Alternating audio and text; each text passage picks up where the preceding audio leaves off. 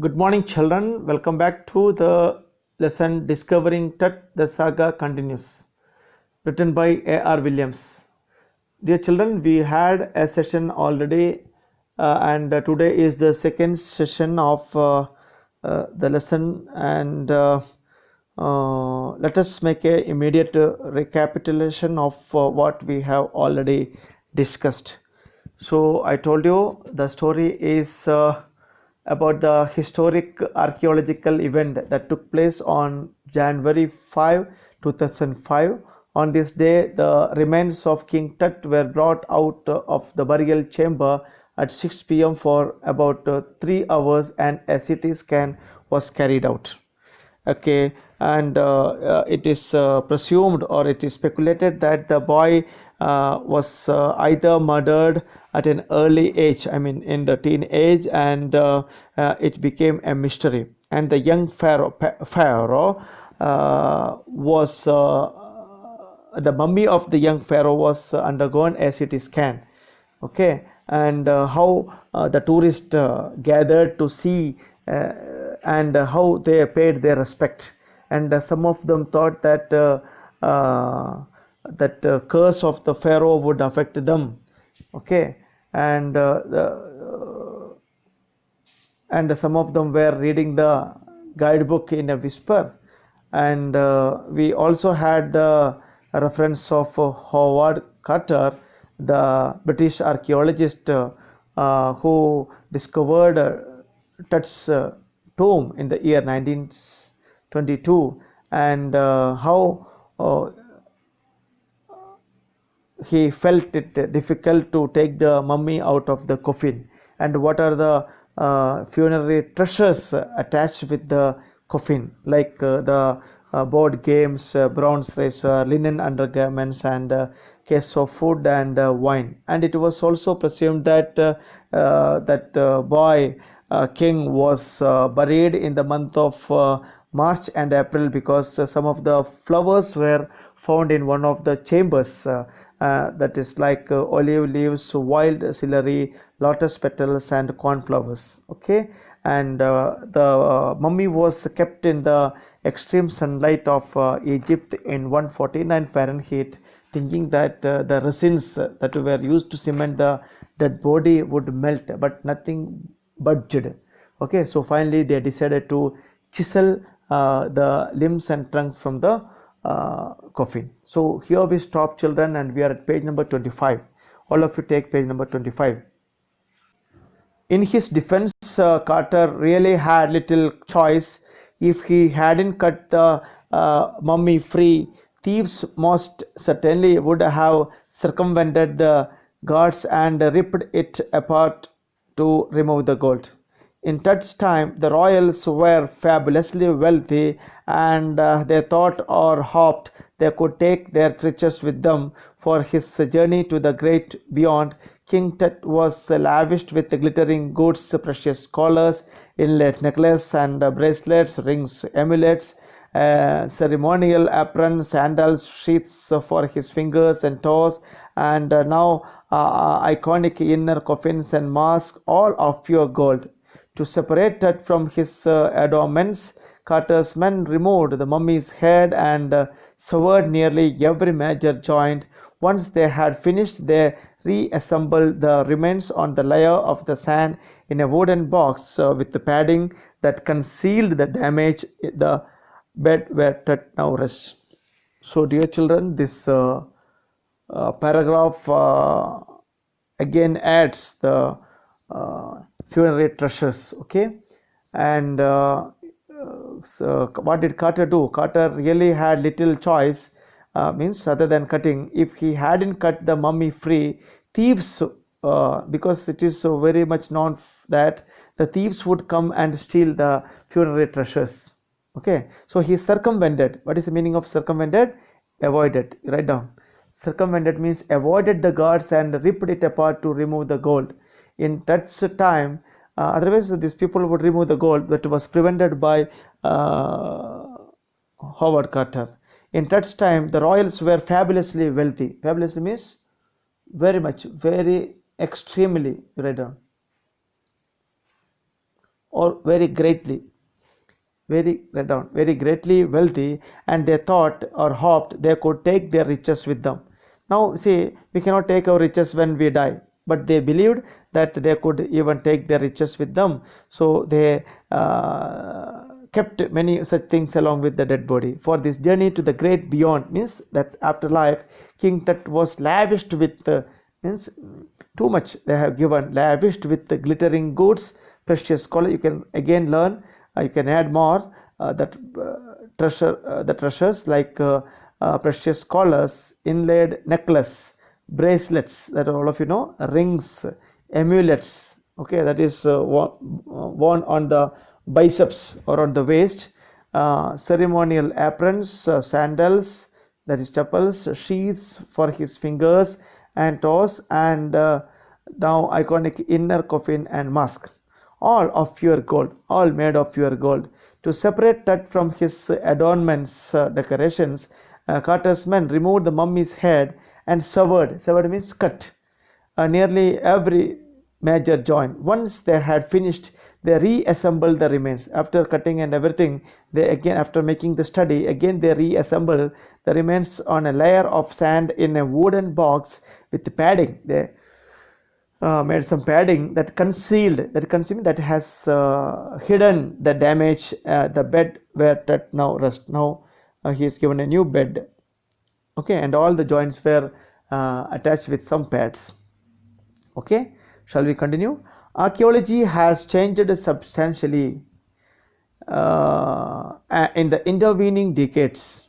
Decade means 10 years time, focusing less on treasure and more on the fascinating details of life and intriguing mysteries of death. Earlier, this archaeology people, they excavate things for collecting the treasures, but now it is not after collecting treasures but finding out the interesting details, fascinating details of intriguing, or again interesting means intriguing, again another word, mysteries of death. It also uses more sophisticated tools, including medical technology. In 1968, more than 40 years after Carter's discovery, an anatomy professor x-rayed the mummy and revealed a startling, means surprising fact. Beneath the resin that cakes the chest, his breastbone and front ribs were missing. So that you can note down. Okay, and Carter did some damage to that mummy, no doubt in it, but afterwards an anatomy professor, when he x-rayed the mummy, he could find out that his breastbone and front ribs are missing. So that gives another rumor that he might be murdered.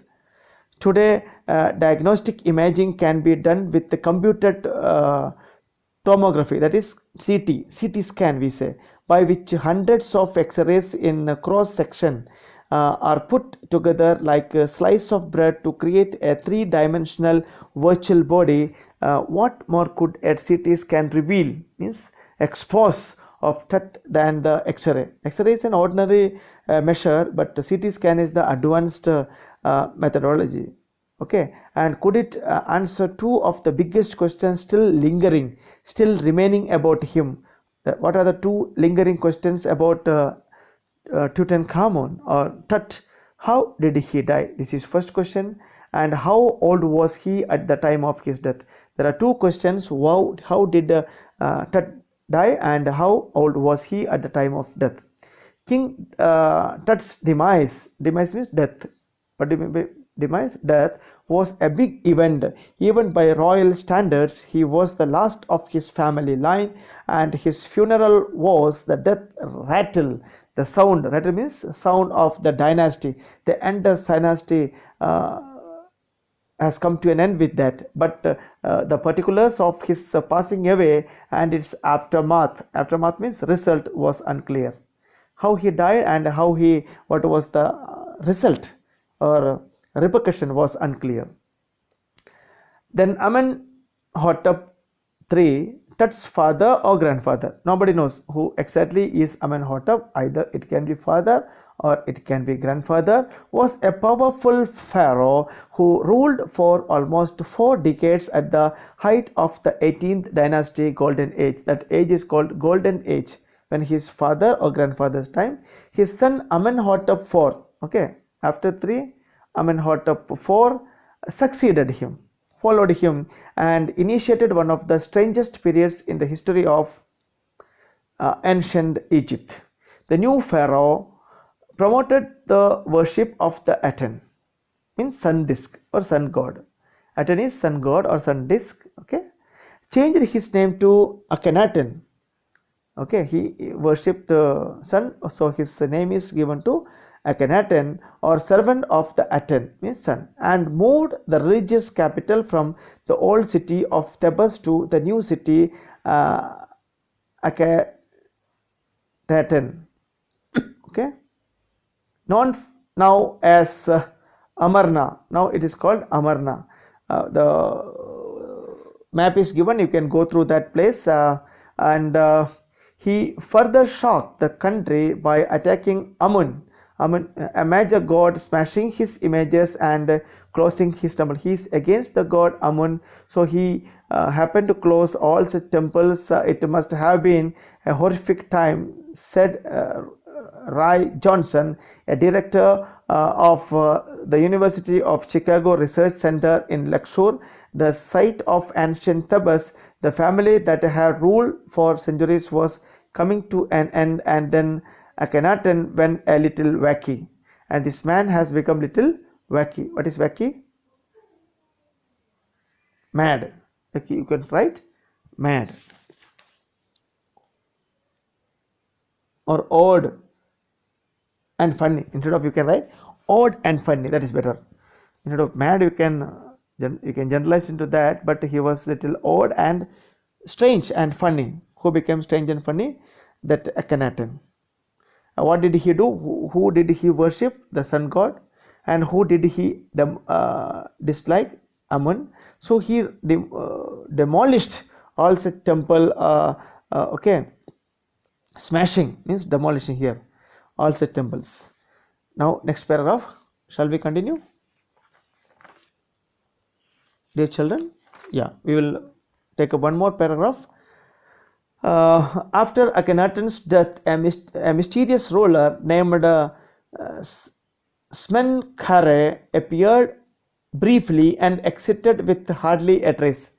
A glimpse of life was given to that person, Smenkhare, after Akhenaten's death, and he exited, he left with hardly a trace. And then a very young Tutankhaten took the throne, King Tut, that is King Tut, Tutankhaten, okay, throne, and King Tut, as he is widely known today, the boy king, soon changed his name to Tutankhamun. Actually, he was Tutankhaten, but changing his name to Tutankhamun, living image of Amun. Okay, actually, Akhenaten removed or smashed all that temple of Amun, but here Tutankhamun is constructing those temples again, living image of him, and oversaw a restoration. He made it again, restored all those old ways, and he reigned, means ruled, for about 9 years. How many years did he rule? 9 years, and then died unexpectedly. And suddenly he died, means without any reason. That reason is not known to anybody. So children, we will wind up for the day here, and before we conclude for the day, let us make a quick review of what we have already discussed for the day. So today we started with the funerary treasures, because it is believed that the Egyptian pharaoh and the dynasty people were all royals and were fabulously rich, and they thought of taking riches along with them. In that respect, many such precious things were given to Tut at his death, like a glittering goods, precious collars, inlaid necklace, and bracelets. Okay, and Carter's men removed the mummy from the head and severed limbs and made many joints, and finally they kept body back with proper padding, okay, that concealed the damage. Then later on, this body was taken for CT scan, and the anatomy professors found that the breastbone and the rib bones were missing. And introduction about the computed tomography, that is CT scan, it is far advanced than the normal X-rays, okay. And still they could not find two lingering questions, that is uh, how did he die and what age did he die, okay. Tutankhamun's demise was a big event, and even by the royal standards, and his funeral was the death rattle of the dynasty. And now we can recall how his predecessors ruled the country, and it is believed that Amenhotep III, that is either his father or grandfather, was the richest pharaoh of the 18th dynasty, that is the golden age, and followed by Amenhotep IV, okay. Then he changed his name to Akhenaten. He worshipped the sun god, and at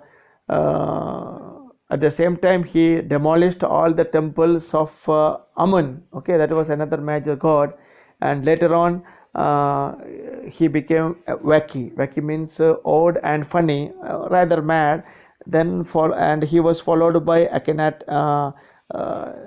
Tutankhaten, and this king changed his name to Tutankhamun because he liked Amun of the major god, which was demolished and disrespected by Akhenaten. So he restored all those temples, and that is why he changed his name to Tutankhamun, and he reigned the country for 9 years, and suddenly or unexpectedly he died. Dear children, make a thorough reading, also make a loud and silent reading, write down the difficult words, and start writing the question answers which were already shared among you, okay. Thank you very much, and we will continue with the text tomorrow. Till then, goodbye.